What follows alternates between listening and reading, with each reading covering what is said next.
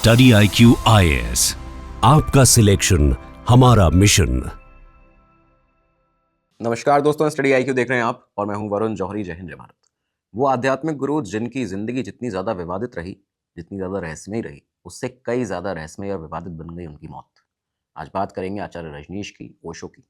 वो ओशो जिनके भारत में करोड़ों शिष्य थे, उनके करोड़ों फॉलोअर्स थे, लाखों अंग्रेज हर साल उनसे मिलने के लिए उनके आश्रम में आते थे पुणे में। लेकिन इसके बावजूद, इतनी प्रसिद्धि के, इतनी लोकप्रियता के बावजूद भी आखिर ऐसा क्या हुआ कि ओशो को भारत छोड़कर अमेरिका जाना पड़ा। इससे बड़ा सवाल है कि अमेरिका जाना भी पड़ा तो अमेरिका में जेल क्यों जाना पड़ा। और सबसे बड़ा सवाल है कि क्या आखिर ओशो को अमेरिकी जेल के अंदर स्लो पॉइजन दिया जा रहा था। आज आपको ओशो की ज़िंदगी से, उनकी लाइफ से जुड़े हर एक इवेंट के बारे में बताने वाले हैं, हर एक पहलू की बात यहाँ पे करेंगे। क्या आखिर ऐसा था कि अगर किताब निकालते थे तो विवाद हो जाता था, सुर्खियों में आ जाते थे, अगर अपना नाम बदलते थे तो इस पर सवाल खड़े हो जाते थे। तो क्या थी ओशो की ज़िंदगी, ये सारी चीज़ें, उनकी लाइफ और डेथ से जुड़ी हुई मिस्ट्री, सब कुछ आज आपको पता चलने वाला है इस एपिसोड में। शुरू से अंत तक जरूर देखिएगा। कमेंट बॉक्स में जय हिंद लिखना मत भूलिएगा। अपनी राय जरूर बताइएगा इस पूरे एपिसोड के ऊपर। अब शुरुआत करते हैं आज के इस वीडियो की। तो शुरुआत होती है साल 1931, 11 दिसंबर का दिन था जब मध्य प्रदेश के रायसेन के कुशवाड़ा में जन्म हुआ ओशो का। असली नाम उनका, जो बचपन में नाम रखा गया था माँ बाप के द्वारा, वो था चंद्रमोहन जैन। एक जैन परिवार से आते थे ओशो। पिता जो थे बाबूलाल जैन एक बिजनेसमैन हुआ करते थे। माँ सरस्वती जैन जो थी वो घर संभालती थी, हाउसवाइफ थी। बचपन से ही ओशो को जो शिक्षा दी गई, स्कूली शिक्षा और जो उनके घर में सिखाया गया, उस बीच में उनके घर वालों ने ये देखा कि ये जो बच्चा है ये बाकी बच्चों से थोड़ा अलग है। इसके अंदर बहुत सी उत्सुकता इस तरह की है, सवाल पूछने की आदतें हैं, किसी नई चीज़ को जानने की आदतें हैं, और ये सारी चीज़ें उन्हें बाकी बच्चों से सेपरेट करने लगी थी। बचपन से माँ बाप भी जो थे वो ये समझ चुके थे।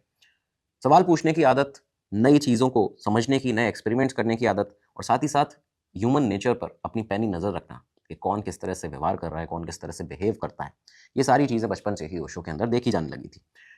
खासकर एक और चीज़ उनमें देखी जाती थी कि जो भी एग्जिस्टिंग नोशंस हैं, जो भी पुरानी रीतियाँ चली आ रही हैं, अब वो रीतियाँ हैं, कुरीतियाँ हैं, जो भी हों, लेकिन उनके ऊपर सवाल ज़रूर खड़े करेंगे।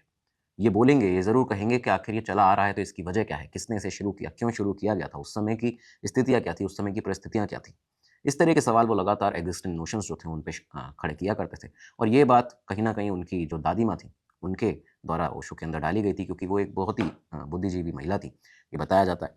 तो उनके इन्फ्लुएंस में ओशो ने उनसे, अपनी दादी से बहुत ज़्यादा कुछ सीखा था। खैर, ओशो की स्कूली पढ़ाई कंप्लीट हुई, साल 1951 आ गया था, 1951। और 1951 में 20 साल करीबन की उम्र थी ओशो की जब वो BA अपना कंप्लीट कर चुके थे, अपनी बैचलर डिग्री कंप्लीट कर चुके। यहाँ से अब उनका जाना होता है जबलपुर। जबलपुर में हितकर्नी कॉलेज में दाखिला लेते हैं अब ओशो फिलॉसफी पढ़ने के लिए। यहाँ जब वो अपने इस कोर्स में दाखिला ले चुके थे, क्लासेस जब शुरू हो चुकी थी, तो यहाँ का एक बहुत ही प्रसिद्ध वाक्य है। हुआ यहाँ पे क्या कि हितकर्नी कॉलेज में एक फिलॉसफी के प्रोफेसर हुआ करते थे, एक सीनियर प्रोफेसर थे। उनकी क्लास के दौरान, अब ज़ाहिर-सी बात है, अगर कोई नई चीज़ कोई बच्चा सीखेगा, एक स्टूडेंट जब नई चीज़ सीखेगा तो उसके अंदर सवाल उठने चाहिए, और ये बहुत ज़रूरी है सवाल उठना कि आखिर ऐसा क्यों हुआ, कैसे हुआ, कब हुआ था, किसने किया था। तो इस तरह के ही सवाल थे जो उन फिलॉसफी टीचर के लेक्चर्स के दौरान में ओशो के मन में उठते थे, और वो लगातार उनसे लगातार सवाल पूछते थे।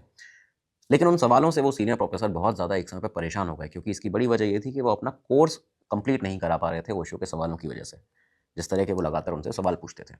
तो एक दिन तंग आकर ये जो प्रोफेसर थे, सीनियर प्रोफेसर, सीधा प्रिंसिपल के पास जाते हैं हितकर्नी कॉलेज के। वहाँ पे जाके उनसे कहते हैं, एक अल्टीमेटम देते हैं उन्हें कि मैं अपना कोर्स कंप्लीट नहीं कर पाता हूँ चंद्रमोहन जैन की वजह से, यानी कि ओशो की वजह से, और इस वजह से या तो अब इस कॉलेज में ये रहेंगे या मैं रहूँगा। तो या तो आप ये जो स्टूडेंट हैं चंद्रमोहन जैन, इनको हटाइए, या फिर मुझे जाने दीजिए।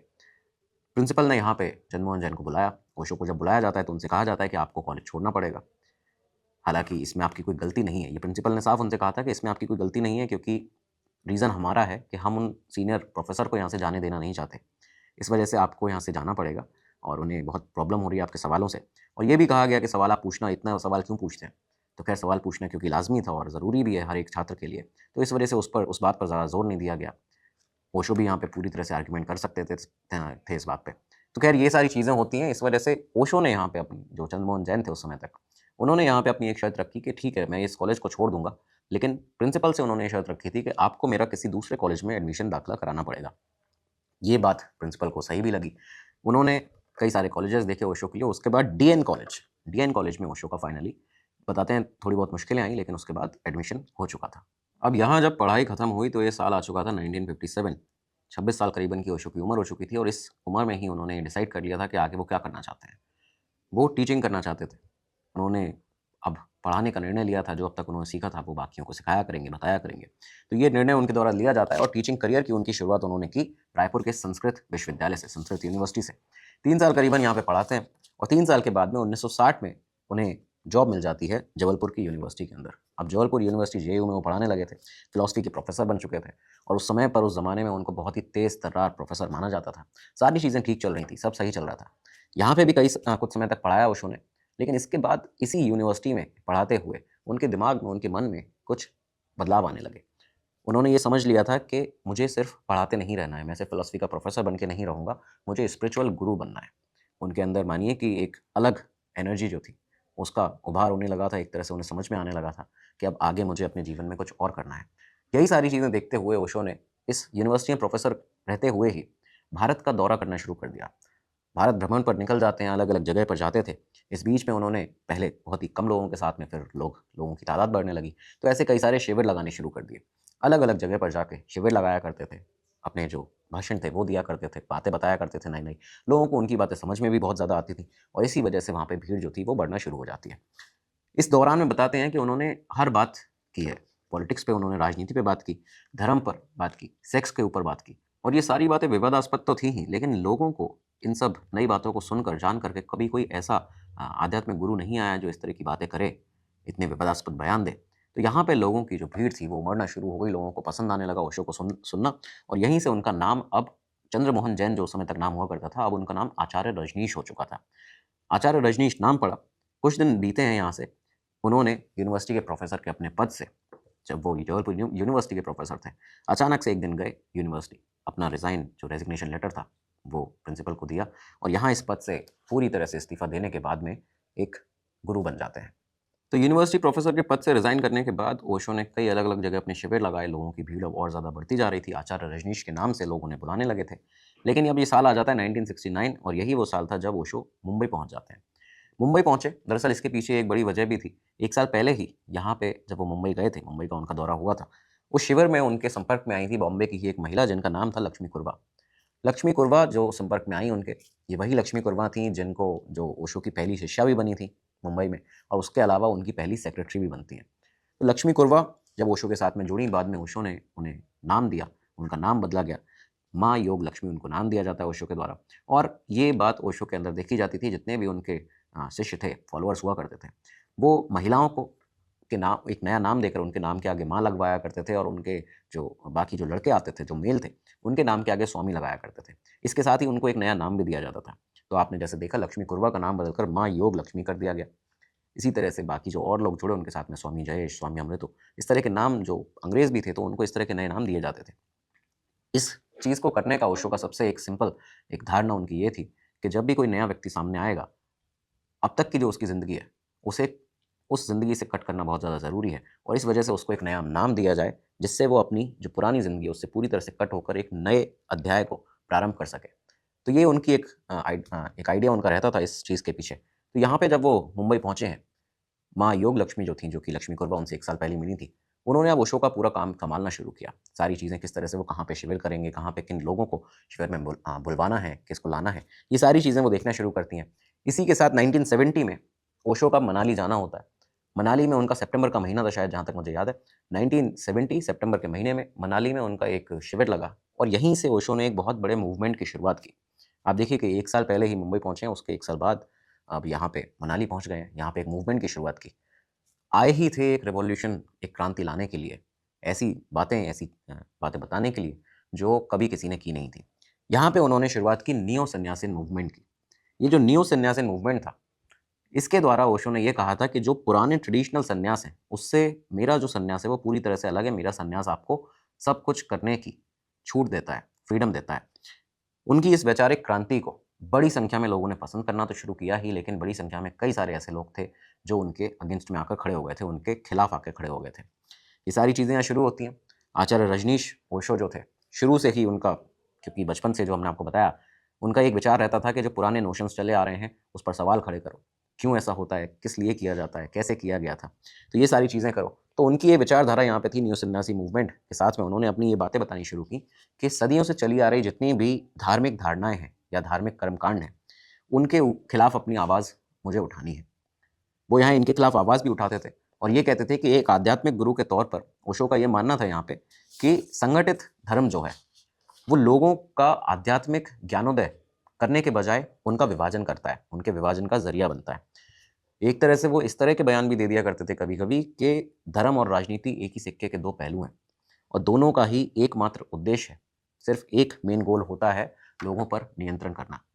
तो ये सारे बयान जो थे ओशो के समय-समय पर निकलते रहते थे और इनकी वजह से ना सिर्फ जो बाकी धर्म गुरु थे या जो साधु संत थे, कई सारे उनके अगेंस्ट में आके खड़े हो गए, बल्कि पॉलिटिकली भी कई ऐसे लोग थे जो ओशो को अपना दुश्मन मान चुके थे। खैर इस दौरान ओशो के विवादित बयान लगातार चलते रहे, लोग उन्हें पसंद नापसंद भी करते रहे। लेकिन यही वो समय था साल 1970 और 71 के आसपास का, जब उनकी मुलाकात हुई एक इंग्लैंड से आई हुई महिला क्रिस्टीना वुल्फ से। क्रिस्टीना वुल्फ जिनको ओशो ने एक सन्यासी नाम भी दिया, माँ योगा विवेक, और बाद में ये नाम आगे जाके बदला गया जब उनका नाम रखा गया माँ प्रेम निर्वाणो। काफ़ी ज़्यादा प्रसिद्ध भी हुई। इस नाम से वो आगे जानी भी जाती थी। ओशो उन्हें अपने पिछले जन्म की दोस्त कहा करते थे। ये कहते थे, बताते थे कि वो उनके पिछले जन्म का उनका इनसे कुछ नाता है, जो क्रिस्टीना वुल्फ है। और ये भी बात बताई जाती है कि ओशो के सबसे करीबी क्रिस्टीना वुल्फ ही रही हैं, माँ प्रेम निर्वाणो ही रही हैं। यहाँ से सिर्फ 2 साल निकलते हैं, 1972 आता है। 1972 के दौरान भारत में आने वाले जितने विदेशी पर्यटक थे, उन सभी का ध्यान ओशो ने खींचना शुरू कर दिया। ओशो की तरफ उनका ध्यान भी जाता था और वहाँ पे जाके वो लोग साधना भी किया करते थे। वहाँ पे जाके उनकी जो एक्टिविटीज़ थी उसमें इन्वॉल्व भी हुआ करते थे। इन सब की ज़िम्मेदारी थी ओशो की जो सेक्रेटरी थी, जो पहली सेक्रेटरी थी उनकी, माँ योग लक्ष्मी, लक्ष्मी कुर्वा जिनका नाम था। तो वो बहुत सावधानी से जितने लोग उनसे मिलने आ रहे हैं, उनका सिलेक्शन किया करती थी। सबसे पहले यहाँ पे एक प्रोसेस बना दिया गया था कि एक डायनामिक मेडिटेशन सेशन होगा, उसमें आना पड़ेगा उन लोगों को जो ओशो से मिलना चाहते हैं, खासकर जो फॉरेनर्स हैं। उस डायनामिक मेडिटेशन सेशन को पूरा करने के बाद में मुलाकात कराई जाती थी उन लोगों की ओशो के साथ में। अच्छा, यहाँ पे इस बीच में ये भी बताया जाता है कि 1971-72 के बीच में ओशो मुंबई में ही थे और मुंबई में लगातार हर रोज़ उनका सुबह 6 बजे चौपाटी पर, जो चौपाटी बीच है, चौपाटी के बीच पर उनका भाषण हुआ करता था। वहाँ पे वो अपने फॉलोअर्स के साथ में बैठा करते थे। यही वजह थी कि ओपनली, पब्लिकली जो भाषण होते थे, वहाँ पे कई लोग आने-जाने वाले, गुज़रने वाले भी सुना करते थे। ओशो के फॉलोअर्स बढ़ना शुरू हो गए थे। तेज़ी से ओशो के फॉलोअर्स बढ़े। इस दौरान प्रवचन में वो इसलिए भी उनकी फ़ैन फॉलोइंग बढ़ी क्योंकि वो बिना लाग लपेट के बात किया करते थे। जो जैसी बात है उसको सीधी उसी तरह से कहा जाता था। विदेशी, भारतीय, हर तरह के जो लोग थे, हर जगह के जो लोग थे, वो यहाँ उनको दान भी दिया करते थे। दान जब आना शुरू हुआ तो चीज़ें और बढ़ना शुरू हो गईं और वो खुलकर इस बात को मानते भी थे, जितना उन्हें दान मिलता था। एक एक उनका बयान जो सामने आता है जिसमें उन्होंने एक बार ये कह दिया था कि सारे धर्म जो हैं, वो गरीबों की बात करते हैं, मुझे अमीरों के लिए छोड़ दो, मैं अमीरों का गुरु हूँ। ये उनका स्टेटमेंट आया था कि all of the religions are looking after the poor, at least leave me alone to look after the rich, I am the rich man's guru. तो ये इस तरह के स्टेटमेंट वो डायरेक्ट दे दिया करते थे बिना ये सोचे और ये समझे कि इसका क्या लोगों के ऊपर असर पड़ सकता है। ये सारी चीज़ें ओशो को अलग बनाती थी। खैर ओशो यहाँ पे अपने जितने भी उनके शिष्य अब आने लगे थे, उन्हें लकड़ी से बनी हुई एक माला भी दिया करते थे। ये जो माला उनके शिष्यों में बाँटी जाती थी, तो उस माला के जो लॉकेट था, उसमें दोनों तरफ में ओशो का चित्र बना हुआ था, उनका फ़ोटो लगा रहता था और ये कहा जाता था, अपेक्षा की जाती थी कि जितने भी शिष्य हैं, वो इस माला को हमेशा पहने रहेंगे। इसके अलावा जो शिष्य आते थे यहाँ पे रहने के लिए आश्रम के अंदर, ओशो के साथ में घूमने के लिए, रहने के लिए, तो उन लोगों को लाल और नारंगी कलर के जो रंग के वस्त्र थे, कपड़े थे, वो पहनने होते थे और वो ज़रूरी होता था कि कपड़े ढीले होने चाहिए। इस तरह के ढीले हों जिससे कि शरीर के अंदर जो ऊर्जा का संचार है, वो बहुत तेज़ी से होता रहे। टाइट कपड़े होते हैं तो आप उस तरह से खुद को फ़ील फ्री नहीं महसूस कर पाते। तो ये सारी चीज़ें होती हैं, इस वजह से ऊर्जा का संचार बना रहे, ये ओशो का मानना था। इसलिए लाल और नारंगी कलर का जो ड्रेस कोड ओशो ने बना दिया था, तो यहाँ उनके शिष्यों को आसानी से पहचाना जा सकता था। ओशो की आचार्य रजनीश की प्रसिद्धि लगातार बढ़ रही थी, पॉपुलैरिटी बढ़ रही थी, इस वजह से लोगों का उन पे अब ध्यान भी जाने लगा था। दुनिया भर के लोगों का ध्यान आकर्षित करते थे। उनके विवादास्पद जो बयान थे, वो कई बार इतने विवादास्पद हो जाते थे कि बताते हैं भारतीय संसद में, पार्लियामेंट के अंदर भी नेताओं के बीच में, नेता प्रतिपक्ष के बीच में भी ये सारी चीज़ें, इन पर भाषणबाजी होती थी, चर्चाएँ होती थी कि क्या ओशो के इन बयानों पर, उनकी स्पीचेज़ पर प्रतिबंध लगा देना चाहिए, बैन कर देना चाहिए। इस तरह की भी बातें यहाँ पे सामने उठने लगी थी। लेकिन ये सारी चीज़ें चलते ही कुछ समय बाद ये बताया जाता है, ये जो समय आ गया 1973 के आसपास का, 73-74 का, ओशो अब तक मुंबई में रह रहे थे। यहीं पे उनके सारे जो लोग आते थे वो उनके साथ में यहाँ पे रहते थे एक लोकेशन पर। लेकिन अब यहाँ पे उनका मुंबई के मौसम की वजह से उनकी तबीयत बिगड़ने लगी थी। ये बताया जाने लगा कि उनका जीवन अब उन्हें कठिन मालूम होने लगा था मुंबई में, क्योंकि लगातार तेज़ बारिश होती थी। मुंबई का वेदर इसी तरह का है। उनको जो एलर्जी थी वो भी यहाँ पे हुई और एलर्जी की वजह से उनके बाकी जो और उनकी बॉडी में प्रॉब्लम थी, अस्थमा की उन्हें एक दिक्कत थी, उस वजह से वो दिन प्रतिदिन बढ़ने लगी थी। ओशो ने यहाँ निर्णय लिया कि अब ये जगह छोड़नी पड़ेगी।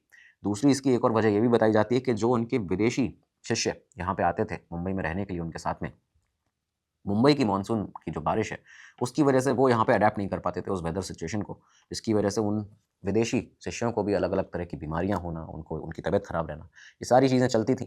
यहाँ ओशो ने अब डिसाइड किया, फाइनली उन्होंने अपनी सेक्रेटरी माँ योग लक्ष्मी को ये कहा कि मुंबई से आप एक आस-पास की कोई जगह ढूँढिए यहीं पे, जहाँ पे मौसम भी ठीक-ठाक रहे और दूसरी चीज़ एक बड़ी जगह हो, क्योंकि अब जो फॉलोअर्स हैं वो बहुत ज़्यादा बढ़ते जा रहे हैं, तो हमें एक नई जगह की ज़रूरत है। अब हम यहाँ पे मुंबई छोड़ देंगे।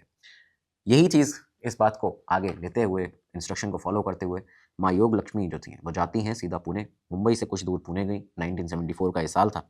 यहाँ पे उन्होंने ओशो के जो पुणे के अंदर कई सारे ऐसे फ़ॉलोअर्स थे, उनसे मदद ली और उनकी मदद से 2 प्रॉपर्टीज़ देखी। कुल मिला के बताया जाता है 6 प्रॉपर्टी उस दिन उन्होंने देखी थी, अलग-अलग डिफरेंट प्रॉपर्टीज़। कुछ कोरेगाँव पार्क में थी, कोई कुछ मुंडवा में थी। लेकिन ये जो 2 जगह थी, इन दोनों की ही 2 प्रॉपर्टी ऐसी थी जो माँ योग लक्ष्मी को पसंद आ गई थी। बहुत अच्छी प्रॉपर्टी थी, उनमें से मुंडवा की जो प्रॉपर्टी थी, वो ऐसी थी कि यहाँ उन्होंने मन बना लिया था कि यहीं पे आश्रम खोला जाएगा। सिर्फ़ ओशो की परमिशन का वेट कर रहे हैं, उनको जब जाके बताएँगे इस प्रॉपर्टी के बारे में, उसके बाद यहीं पे हम अगला अपना आश्रम खोलेंगे। लेकिन इस बीच में कुछ अलग चीज़ हुई। जब माँ योग लक्ष्मी मुंडवा प्रॉपर्टी देखने के बाद, जिससे वो काफ़ी ज़्यादा खुश थीं, जब वो कोरेगाँव पार्क की उस बिल्डिंग को देखती हैं, जाके उस एरिया को देखती हैं जहाँ पे आश्रम बन सकता था, तो वहाँ एक पेड़ की छाया में वो खड़ी थीं, बादाम का पेड़ था और अचानक वहाँ पे खड़े हुए 1.5 एकड़ के आसपास की ज़मीन वो बताई जाती है, एकड़ का प्लॉट था। वहाँ पे खड़े हुए अचानक उस पेड़ से बादाम नीचे गिरता है, वो उस बादाम को उठा लेती हैं। वापस मुंबई आती हैं, मुंबई आके जब उन्होंने मुंडवा प्रॉपर्टी के बारे में, कोरेगाँव पार्क की प्रॉपर्टी के बारे में ओशो को बताया, सारी डिटेलिंग दे रही थीं रियल एस्टेट की, तो यहाँ पे उन्होंने वो जो बादाम मिला था, वो भी ओशो को दिया और कहा कि ये कोरेगाँव पार्क की प्रॉपर्टी में एक बादाम का पेड़ था। जब वहाँ खड़ी थी, तो वहाँ पे बादाम गिरा। बताते हैं कि इस बादाम को देखते हुए ही ओशो ने ये निर्णय कर लिया था, ये मन बना लिया था कि कोरेगाँव पार्क की प्रॉपर्टी को फाइनल किया जाएगा। फाइनली यहाँ पे 33 कोरेगाँव पार्क, वो जो जगह थी, उसे फाइनल किया जाता है कुछ ही अगले महीनों में। यहाँ पे ओशो ने अपना रेज़िडेंस बनाया और साथ में एक अलग प्रॉपर्टी पास में थी, बंगलो नंबर 17, उसे अपना ऑफ़िस बना लिया। यहाँ पे अब ये आश्रम का ऑफ़िस हुआ करता था। इन दोनों जगहों को 2 अलग-अलग नाम दिए गए। एक का नाम था लाओ त्ज़ू हाउस और दूसरे का था कृष्णा हाउस। यहाँ पे इतने बड़े एरिया के अंदर जब ये आश्रम बन चुका था, आप ये सोचिए कि ये आश्रम एक समय आते-आते अगले कुछ ही महीनों के अंदर, 1 साल के अंदर ही पूरी तरह से भर चुका था। यहाँ पे बाहर से आने वाले जो सन्यासी थे, जो डिसिपल्स थे, ओशो के फॉलोअर्स थे, वो यहाँ पे रहते थे। भारत के कई सारे लोग आके यहाँ पे ओशो के साथ में रहा करते थे और ये सारी चीज़ें बढ़ते-बढ़ते उनके इतने पॉपुलैरिटी उनकी हो चुकी थी कि बताया जाता है भारत और भारत के बाहर भी वो कहीं पे अगर स्टेडियम में भी, जहाँ पे 30 से 40 हज़ार की कैपेसिटी हो, उस पूरे स्टेडियम को भर सकते थे उस समय पर। तो ये उनकी अचानक पॉपुलैरिटी बढ़ी थी। अब साल 1979 आता है। ये साल ओशो के जीवन में एक बड़ा बदलाव लाने वाला था, क्योंकि यहाँ पे ओशो ने एक किताब अपनी रिलीज़ की थी और उस किताब का नाम था संभोग से समाधि की ओर। ये जो किताब रही, भारत में कई लोगों ने इसे पोर्नोग्राफिक किताब कहा। ये कहा कि वो उनकी जो धार्मिक भावनाएँ उसको आहत पहुँची है, उसको चोट पहुँची है, क्योंकि यहाँ पे खुलेआम सेक्स के बारे में बातें की जा रही हैं इस किताब के अंदर। संभोग से समाधि की ओर इस किताब का नाम है। पोर्नोग्राफिक कंटेंट एक तरह से इसको ये बताया गया और ये भी कहा गया कि ये किताब लिखकर ओशो ने कई सारे साधु संतों को अपना दुश्मन बना लिया है। कई सारे साधु संत उन्हें जो पहले कम पसंद किया करते थे, अब पूरी तरह से ही नापसंद करते हैं। ये सारी चीज़ें सामने आई। तो ओशो की इस किताब में बहुत कंट्रोवर्सी हुई। इस समय पर उनके ऊपर ये भी आरोप लगा कि ओशो अपने आश्रम में जो महिलाएँ हैं, जो फ़ॉरेन महिलाएँ हैं, फ़ॉरेन से आई हुई हैं, उन सभी के अंदर जो सेक्सुअल फ्रीडम है, उसको बढ़ावा देने का एक तरह से प्रयास कर रहे हैं। इस तरह के आरोप उनके ऊपर लगातार लगते थे, लेकिन ये भी बात साफ़ थी और सच थी कि एक तरफ जब ये आरोप लगते थे ओशो के ऊपर, दूसरी तरफ ओशो के आश्रम के अंदर कई सारी अलग-अलग तरह की थेरेपीज़ दिए जाने लगी थी। थेरेपीज़ दी जाती थी, पैसा बहुत तेज़ी से आने लगा था, फंडिंग बहुत तेज़ी से आती थी फ़ॉरेन कंट्रीज़ से, क्योंकि अब कई सारे बड़े-बड़े जो लोग थे विदेशों के, वो भी यहाँ आके उनके शिष्य बन चुके थे। अच्छा, यही वो साल था जब ओशो को उनका एक और शिष्य भी मिला था। 1979 में ही जॉन एंड्रयूज़, एक पाकिस्तानी बॉर्न ब्रिटिश डॉक्टर, उनसे इस साल मिला। उनका 1979 से ही वो पर्सनल फिज़िशियन बन चुका था। तो जॉन एंड्रयूज़ जो था, उसको बाद में उन्होंने नाम दिया था स्वामी अमृतो। तो ये उनके साथ में ही रहता था और यही वो स्वामी अमृतो है जिसका ओशो की मौत से भी आगे जाके एक बहुत ही गहरा संबंध जुड़ता है। तो ये सब आपको आगे पता चलेगा एपिसोड में। खैर, पुणे आश्रम में लगातार 1981 तक आते-आते बताया जाता है कि हर साल सालाना 30,000 से 40,000 लोग यहाँ पे आते थे, जिसकी वजह से ये जगह 1.5 एकड़ की जगह, जो बाद में और भी प्रॉपर्टी खरीदी गई, उसके अलावा भी ये पूरी जगह छोटी पड़ने लगी थी। इतने फॉलोवर, इतनी पॉपुलैरिटी हो चुकी थी। साल 1981 आते-आते विदेशियों के आने-जाने के लिए आश्रम में जगह कम थी और ये सारी बातें चलते-चलते कि कितने विदेशी पर्यटक यहाँ पे अचानक से बढ़ रहे हैं पुणे के अंदर, और बाहर निकलकर कुछ विदेशी पर्यटकों को गलत तरीके से भी देखा गया। तो इस वजह से ये सारी चीज़ें संसद तक भी पहुँची, सरकार तक पहुँची। मोरारजी देसाई भारत के प्रधानमंत्री थे 1977-78 के बीच में। उस समय पर उन्होंने, बताया जाता है कि ओशो के ऊपर कई सारे आरोप भी लगाए थे। उन्होंने ये कह दिया था कि ये जो इस तरह की चीज़ें हैं वो देश में नहीं चलेंगी। यहाँ पे जब प्रधानमंत्री के साथ में जो खटपट शुरू हुई ओशो की, आचार्य रजनीश की, उन्होंने अब ये निर्णय ले लिया था कि ये समय आ गया 1981, जब हमारा आश्रम भी छोटा पड़ रहा है, सरकार के साथ में भी बिल्कुल भी बन नहीं रही है, कहीं ऐसा ना हो कि हमारा आश्रम बंद कर दिया जाए। तब ये निर्णय ओशो के द्वारा लिया गया कि अब भारत से अमेरिका जाया जाएगा। ये दिन था 31 मई 1981, जब मुंबई से ओशो एक फ़्लाइट लेते हैं अपने निकट सहयोगियों के साथ में, और उसके बाद सीधा यहाँ से उड़ान भर देते हैं अमेरिका की, उनके नए आश्रम की तरफ। यहाँ पे फर्स्ट क्लास की सीट्स, बताया जाता है, बुक की गई थी ओशो के लिए, और साथ ही साथ उनके जो सबसे क्लोजेस्ट फॉलोअर्स हुआ करते थे उन लोगों के लिए। ओशो के पीछे-पीछे करीबन पुणे आश्रम में रहने वाले 2500 से ज़्यादा जो आश्रमवासी थे, वो सब भी अमेरिका का रुख कर चुके थे, उनके पीछे जा चुके थे। यहाँ पे बताया जाता है इन सारे 2500 लोगों में अभिनेता, उस समय के मशहूर फ़िल्म अभिनेता विनोद खन्ना भी मौजूद थे। और ये वो दौर है जब अमेरिका पहुँचे हैं ओशो, वहाँ रहना शुरू किया है। तो जो उनके साथ में एक 93 रोल्स रॉयस गाड़ियों का काफ़िला चलता था, और उनके पास में इतनी रोल्स रॉयस थी। ये जो ज़िक्र आता है, वो यहीं से आता है। यही वो पूरा समय था जब ओशो के पास में 93 रोल्स रॉयस गाड़ियाँ जो उनको गिफ्ट की गई थी, कई लोग कहते हैं उन्होंने खुद से खरीदी थी। तो ये विवाद लगातार ही उनकी लाइफ में जुड़े रहे हैं। खैर, अमेरिका पहुँचने के बाद में टेम्परेरी न्यू जर्सी मॉन्टक्लेयर में ओशो ने अपना रहना शुरू किया। उनका एक जो मेडिटेशन सेंटर था फॉलोअर्स के लिए, वो उन्होंने डेनवर में खोला था। लेकिन इस बीच में यहाँ पे रहते-रहते जब समय आगे बीता, 1-2 साल निकलने लगे, यहाँ उनके फॉलोअर्स ने एक पूरी सिटी ओशो के लिए बिल्ड करनी शुरू कर दी थी। दरअसल इस सिटी को बिल्ड करने का काम स्टार्ट किया गया अमेरिका के ओरेगॉन में। ओरेगॉन के अंदर एक रजनीशपुरम नाम की सिटी बनाने का प्लान किया जाता है ओशो के फॉलोअर्स के द्वारा, कि इसका नाम रखा जाएगा रजनीशपुरम, सिटी ऑफ रजनीश। यहाँ पे एक आश्रम जो होगा वो पूरा बनाया जाएगा, और करीबन 60,000 एकड़, माफ़ कीजिएगा, 60,000 एकड़ का एरिया जो है, वहाँ पे जो हज़ारों लोग हैं ओशो के फॉलोअर्स हैं, वो एक साथ रह पाएंगे, एक अलग ही शहर होगा उनका खुद का। तो ये सारी एक धारणा बनाई गई, इस तरह की चीज़ों को आगे इम्प्लीमेंट किया गया। ज़ाहिर-सी बात है कि जब ऐसी चीज़ अचानक से जाके कोई बाहर किसी देश का नागरिक यहाँ पे आके करेगा अपने फॉलोअर के साथ में, तो उस देश को प्रॉब्लम होगी, वहाँ के लोगों को, वहाँ की सरकार को, नेताओं को प्रॉब्लम होना लाज़मी है, और ये हुआ भी आगे जाके। खैर, इस बीच में ओशो के अमेरिका में ये फॉलोअर्स लगातार बढ़ते गए। कि कुछ इस तरह के फॉलोअर्स थे जो उनको अट्रैक्ट किया यूरोप से, अमेरिका से ख़ास तौर पर। कई सारे ऐसे फॉर्मर हिप्पीज़ रहे, ड्रॉप आउट्स रहे, कई बड़े-बड़े टीचर्स, ऑक्सफोर्ड के टीचर्स, लॉयर्स, डिप्लोमैट्स रहे, जो लगातार ओशो के इन आश्रमों में आते थे, जहाँ पे उनका अमेरिका में आश्रम था। और यहाँ पे सिर्फ नॉर्मल लोग नहीं, बहुत बड़े-बड़े लोग भी आते थे। प्रिंस ऑफ हैनोवर भी उनके फॉलोअर थे। बताया जाता है कि जर्मनी के जो केसर के ग्रैंडसन थे, केसन वेल्मर के, वो भी उनके फॉलोअर में आते थे। तो यहाँ अमेरिका के उस आश्रम में सभी लोगों का आना होता था। लेकिन इस बीच में ओरेगॉन में एक पूरा सिटी ओशो के लिए बनना शुरू हो चुकी थी।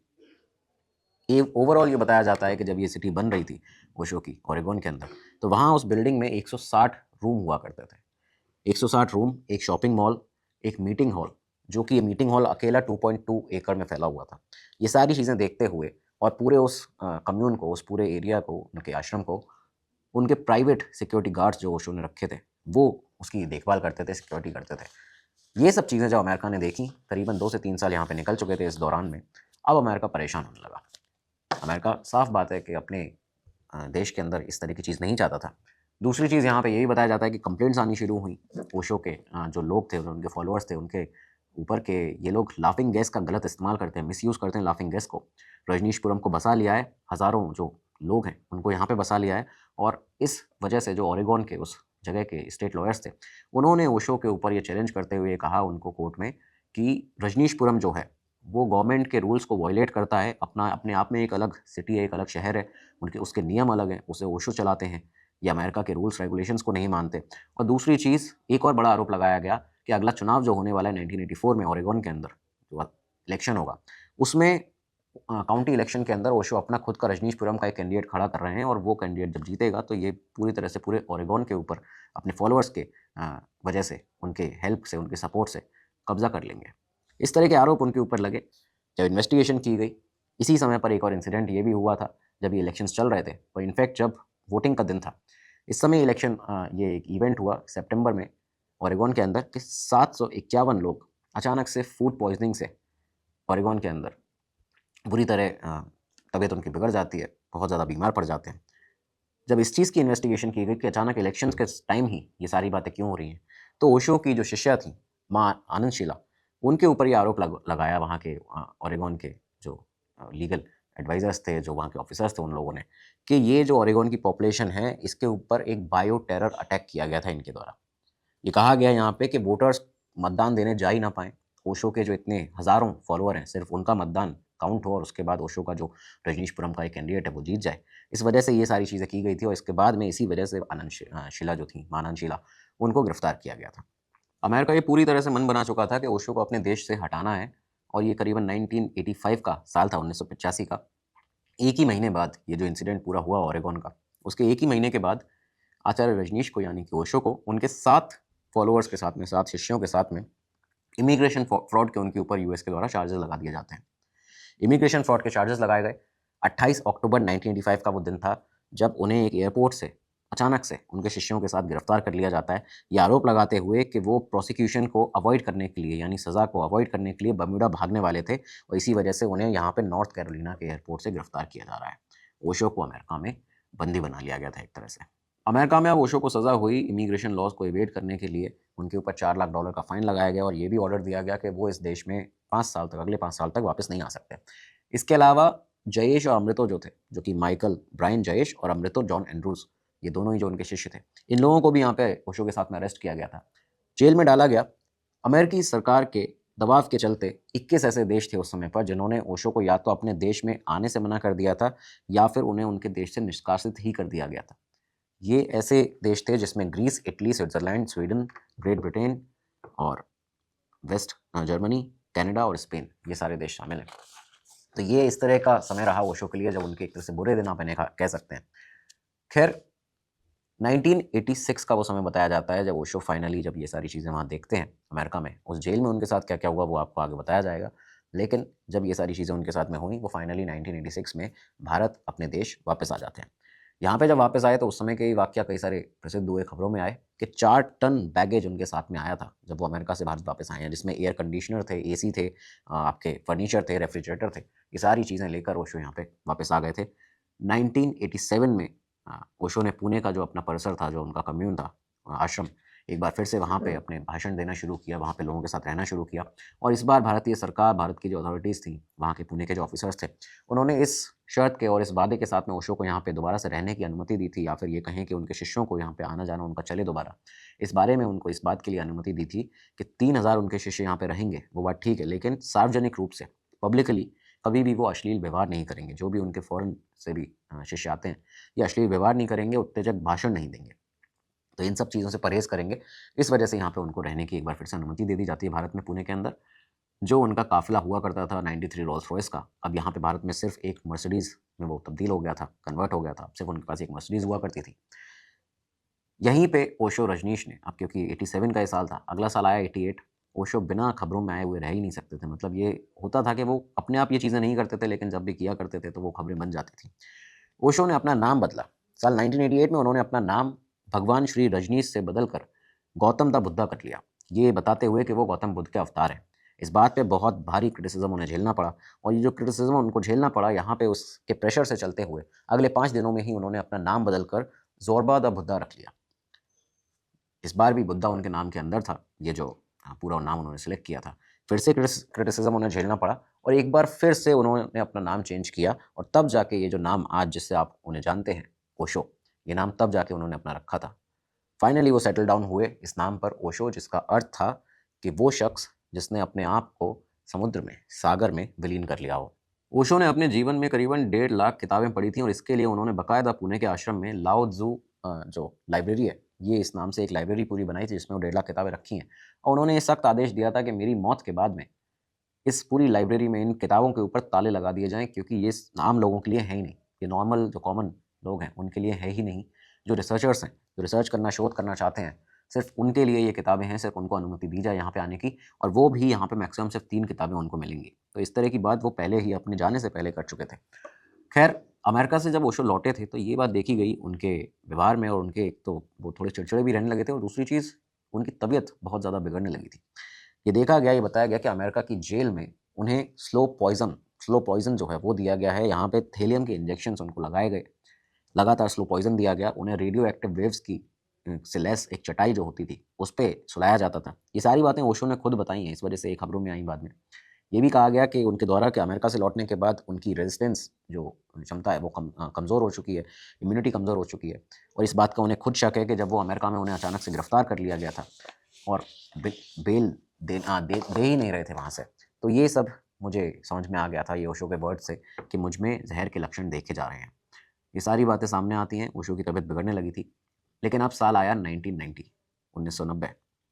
ये साल जब शुरू हुआ, इसके करीबन 41 दिन पहले ही, जो तारीख जिसका अब हम जिक्र करने वाले हैं, इस तारीख का 19 जनवरी 1990 का, इसके 41 दिन पहले ही जो ओशो की सबसे करीबी एक महिला मित्र थी जिनका नाम था क्रिस्टीना वुल्फ, जिनके बारे में हमने आपको बताया, माँ निर्वाणो जिनका नाम था, तो निर्वाणो की डेथ हो जाती है पुणे के आश्रम में ही।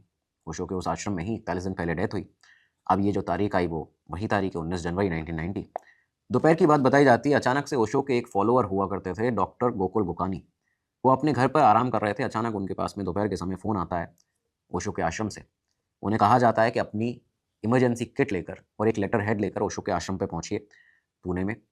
वो पूछते हैं कि क्या कोई बहुत ज़्यादा बीमार है या किसी की मृत्यु हो चुकी है? तो उन्हें आंसर मिलता है कि नहीं, आप बस जल्दी आ जाइए यहाँ पे। इसके अलावा उन्हें कुछ बताया नहीं जाता। वो सीधा आश्रम पहुँचते हैं। डॉक्टर गोकुल गुकानी के आश्रम पहुँचने के 5 मिनट के भीतर ही यहाँ पे जो स्वामी अमृतो, जिसका नाम असली था जॉन एंड्रू, जो कि एक पाकिस्तान बॉर्न ब्रिटिश डॉक्टर हुआ करते थे, 1979 से ओशो के पर्सनल फिजिशियन थे। तो स्वामी अमृतो यहाँ पे गोकुल गुकानी के पास में आते हैं और उनको गले लगाते हैं और कहते हैं कि ओशो अपना शरीर त्याग रहे हैं। ये बात जब कही जाती है तो गोकुल गुकानी खुद भी बहुत ज़्यादा इमोशनल हो जाते हैं। उनका कहना है कि वो 2 बजे यहाँ पर पहुँच चुके थे, लेकिन इसके बीच में 3 घंटे बीत जाते हैं, उन्हें अंदर नहीं जाने दिया ओशो के रूम में, जहाँ पे ओशो मौजूद थे। 5 बजे उन्हें अंदर आने दिया। उस समय पर जब वो अंदर गए तो वहाँ पे अमृतो और जयेश उस बीच में लगातार ओशो के साथ में थे। क्या हुआ उस रूम में किसी को नहीं पता। उस रूम में जयेश और अमृतो उनके साथ में थे और ओशो की बॉडी वहाँ पे सामने थी। 5 बजे तक ओशो की मौत हो चुकी थी। लेकिन अमृतो ने डॉक्टर गोकुल गुकानी को ये कहा कि उन्होंने जस्ट अभी अपना शरीर जो है वो त्यागा है, अभी-अभी अपना शरीर छोड़ा है और अब आपको, आप क्योंकि लेटर हेड लाए हैं, जो हमने आपको कहा था, आपको इनका डेथ सर्टिफिकेट लिखना है। इसके लिए जो गोकुल गुकानी थे उन्होंने देखा कि पासपोर्ट चाहिए पड़ेगा, डेथ सर्टिफिकेट अगर लिखना है तो पासपोर्ट चाहिए, उनके बर्थ मार्क देखने पड़ेंगे, सारी चीज़ें लिखनी पड़ेंगी। तो उन्होंने एग्ज़ामाइन करना शुरू किया ओशो की बॉडी को, उनके पार्थिव शरीर को, और तब गोकुल गुकानी ये बताते हैं कि वो बॉडी इतनी सॉफ्ट, इतनी नरम थी, उसको देखते हुए, उसको उसकी वार्मनेस को देखते हुए लग रहा था, उनके पूरे एक्सपीरियंस से डॉक्टरी के, कि इस बॉडी को, यानी ओशो को, शरीर छोड़े हुए 1 घंटे से भी ज़्यादा नहीं हुआ है। 1 घंटे के अंदर-अंदर उन्होंने अपना शरीर छोड़ा है। सवाल यहीं पे ये खड़ा हुआ उनके दिमाग में कि जब 2 बजे वो यहाँ पे पहुँच चुके थे, एक doctor, experienced doctor, senior doctor, उसके बाद भी ओशो के पास उन्हें क्यों नहीं ले जाया गया? क्यों 3 घंटे तक वेट किया गया, 5 बजे का इंतज़ार किया गया और सिर्फ़ क्या उन्हें डेथ सर्टिफिकेट लिखने के लिए बुलाया था? अब जब डेथ सर्टिफिकेट लिखना था तो डॉक्टर गुकानी ने पूछा यहाँ पे अमृतो और जयेश से कि मैंने उन्हें आखिरी सांस लेते हुए नहीं देखा, इस वजह से रीज़न क्या लिखना है? मतलब क्या रीज़न था इनके डेथ का, कॉज़ क्या था? तो इस पे जयेश और अमृतो का कहना था कि कुछ हार्ट रिलेटेड रीज़न आप बता सकते हैं, जिससे कि हमें, क्योंकि हम अवॉइड करना चाहते हैं पोस्टमार्टम को। यहीं से डॉक्टर गुकानी ये समझ चुके थे कि कुछ ना कुछ गड़बड़ है, क्योंकि मुझे सिर्फ डेथ सर्टिफिकेट बनाने के लिए बुलाया है, और अगर ओशो की तबीयत इतनी ज़्यादा बिगड़ रही थी, तो आश्रम में उस समय पर खुद पहले से ही 2-3 ऐसे डॉक्टर्स थे, एक्सपीरियंस डॉक्टर्स थे, जो वहाँ फॉलोअर्स थे ओशो के, वो मौजूद थे, उन्हें क्यों नहीं बुलाया गया? कई सारे सवाल उनके मन में खड़े हुए। खैर, इस समय पर पुणे आश्रम के जो इनर सर्कल है, वहाँ पे इनर सर्कल के जितने फॉलोअर्स थे ओशो के, उन सभी को बुला लिया जाता है।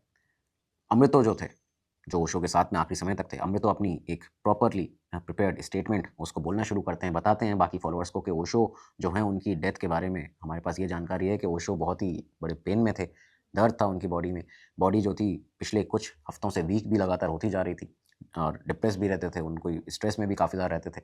19 तारीख की सुबह, ये जो सुबह हुई, उनकी पल्स वीक होने लगी और पल्स वीक होते-होते उन्होंने आज अपना शरीर इतने-इतने समय, इतने बजे पर त्याग दिया। ये सारी बातें बताई जाती हैं, लेकिन इसके साथ एक और चीज़ अमृता और जयेश के द्वारा बताई गई कि ओशो ने इन दोनों को, ये क्लेम किया इन लोगों ने कि ओशो ने इन दोनों को सेट ऑफ इंस्ट्रक्शंस दिए हैं अपना शरीर छोड़ने से पहले। कुछ ऐसे इंस्ट्रक्शन दिए हैं जिसमें इनसे कहा गया है ओशो के द्वारा कि I leave you my dream, मैं अपना जो सपना है वो आपके हाथों में छोड़ता हूँ। अमृतो और जयेश को ये कहा गया है कि इनर सर्कल के 21 मेंबर्स के सामने ओशो की जो बॉडी है उसको हाल के हाल क्रिमेट कर दिया जाए, उसको हाल के हाल उनका जो अंतिम संस्कार है वो कर दिया जाए। इनर सर्कल के सिर्फ 21 लोगों के सामने, उन्हीं के सामने ये सारी चीज़ें बतानी है। तो बहुत ही जल्दबाजी में इन दोनों ने ही यहाँ पे ओशो की जो उनका पार्थिव शरीर था उसका अंतिम संस्कार कर दिया गया। और जितने भी लोग वहाँ पे मौजूद थे, एक और चीज़ यहाँ पे सामने आती है जो कई रिपोर्ट्स में लिखा हुआ है कि जितने भी लोग यहाँ पे उनके आखिरी दर्शन करने के लिए आते थे उनको काफ़ी एक दूरी से दर्शन करने दिया जाता था। ओशो के शरीर के पार्थिव शरीर के पास में किसी को आने नहीं दिया गया। ये सारी चीज़ें यहाँ पे सामने होती हैं।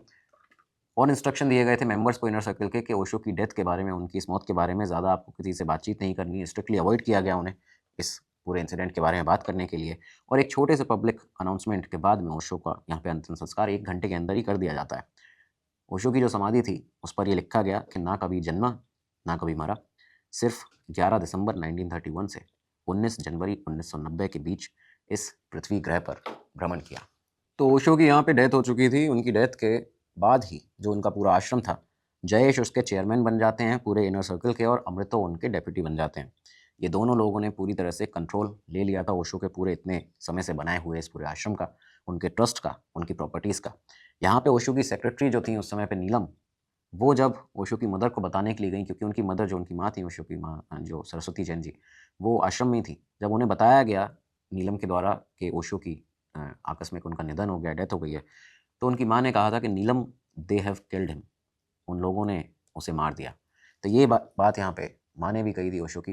कई सारे सवाल खड़े हुए ओशो की डेथ के बाद में। पहले सवाल तो डॉक्टर गोकुल गुकानी के ही थे। उन्होंने जब ये कहा कि जब उन्हें इतनी जल्दबाजी में कम्यून में बुलाया गया था यहाँ पे, तो डेथ सर्टिफिकेट के लिए ही कैसे बुलाया था? क्या प्रॉपरली देखना नहीं था ओशो को? वो भी तब जब वो 2 बजे पहुँच गए और 5 बजे उन्हें एंट्री दी जा रही है उस रूम के अंदर। दूसरी चीज़, इतनी जल्दबाजी क्यों थी ओशो का अंतिम संस्कार करने की कि 1 घंटे के अंदर ही अंतिम संस्कार करना है? क्यों पोस्टमार्टम नहीं कराने दिया गया? दूसरी चीज़, एक और चीज़ जो बहुत बड़ा सवाल इन्होंने यहाँ पे गोकुल गुकानी ने उठाया था, ये कहा था उन्होंने कि आखिर अगर ये ऐसी बात ओशो ने कही है कि अब मैं इन दोनों के हाथों में, जयेश और अमृतो के हाथ में अपना सारा ये जो ड्रीम है वो दे के जाता हूँ, सारी प्रॉपर्टी, सारी चीज़ें जो हैं उनको दे के जा रहा हूँ, तो क्या इसका कोई वीडियो टेप नहीं है? क्योंकि ओशो, उनका ये स्टेटमेंट था, आर्गुमेंट था इस पे कि ओशो के हर एक स्मॉल मूवमेंट को भी, हर एक छोटी से छोटी चीज़ों को भी ये लोग वीडियो टेप किया करते थे। उसके वीडियोज़ आज भी मिल जाते हैं। तो क्या जब वो अपने जीवन का पूरा एक समरी लास्ट में देने वाले थे, जब उनके फाइनल वर्ड्स जो थे, क्या उसको रिकॉर्ड नहीं किया गया? या रिकॉर्ड छोड़िए, वीडियो रिकॉर्डिंग नहीं तो ऑडियो रिकॉर्डिंग क्यों नहीं की गई? कैसे यकीन मान लिया जाए कि इन लोगों के हाथ में ही ओशो अपना पूरा ये जो उनका बनाया हुआ एक सिस्टम है, पूरा आश्रम है, वो देके जा रहे हैं। खैर, समय बीता, यहाँ से सवाल वैसे के वैसे रहे। 2013 आता है और 2013 में ये केस एक बार बहुत तेज़ी से उठा। हुआ क्या कि जो जयेश, अमृता और जयेश मिश्र जो जयेश थे, उन्होंने ओशो की वसीयत को एक यूरोपियन कोर्ट के सामने पेश करके उनकी तमाम प्रॉपर्टी पर अपना दावा किया। जब यहाँ पे फॉरेंसिक जांच की गई उस पूरे डॉक्यूमेंट की जो उन्होंने पेश किया था, तो बताया गया कि ये पूरी वसीयत जो थी, जो वसीयतनामा उन्होंने बनाया था, ये जाली था, ये फर्जी था। सामने ये भी आता है कि लीगली यहाँ पे इसके ऊपर चैलेंज किया गया था पुणे के एक ओशो के फॉलोअर हुआ करते थे, योगेश ठक्कर, उनके द्वारा। योगेश ठक्कर ने खास तौर पर ये कहा था, जब ये 2013 में जयेश के द्वारा यूरोपियन कोर्ट में फर्जी ये दी गई वसीयतनामा दिया गया, तब योगेश ठक्कर थे जिन्होंने कहा कि ये फर्जी फेक डॉक्यूमेंट है। वो उन्होंने क्लेम किया कि 100 करोड़ ऐसा है पैसा जो कि इलीगली ट्रांसफ़र हुआ है ओशो इंटरनेशनल फाउंडेशन से।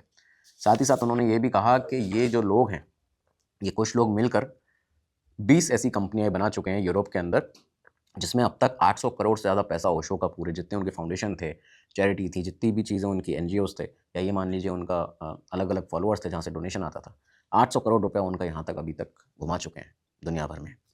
ये भी कहा उन्होंने कि ओशो के इंटेलेक्चुअल प्रॉपर्टी का आए दिन ज्यूरिख, स्विट्ज़रलैंड, अमेरिका और UK की कोर्ट में लेन देन होता है। UK में यहाँ पे लगातार उनका लेन देन, चीज़ें चलती रहती हैं, केसेस यहाँ पे चलते रहते हैं। और आज भी आप अगर देखें तो ये केसेस रुके नहीं हैं। लोग सवाल करना, उठाना बंद कर देते हैं, लेकिन ये बातें ख़त्म नहीं होती हैं। आज भी ये केसेस जो हैं वो कभी सॉल्व नहीं हो पाए हैं। ओशो की मौत के बाद भी उनके आसपास घूमती हुई मिस्ट्रीज़, उनके घूमते हुए आसपास बयान, विवादित बयान, सब घूमते रहते हैं। दोस्तों, ये आज का एपिसोड। अपनी राय कमेंट बॉक्स में ज़रूर दीजिएगा। जय हिंद लिखना मत भूलिएगा। अगले एपिसोड में मिलेंगे, तब तक लिए दीजिएगा नमस्कार, धन्यवाद, जय हिंद, जय भारत। स्टडी IQ IAS, आपका सिलेक्शन हमारा मिशन।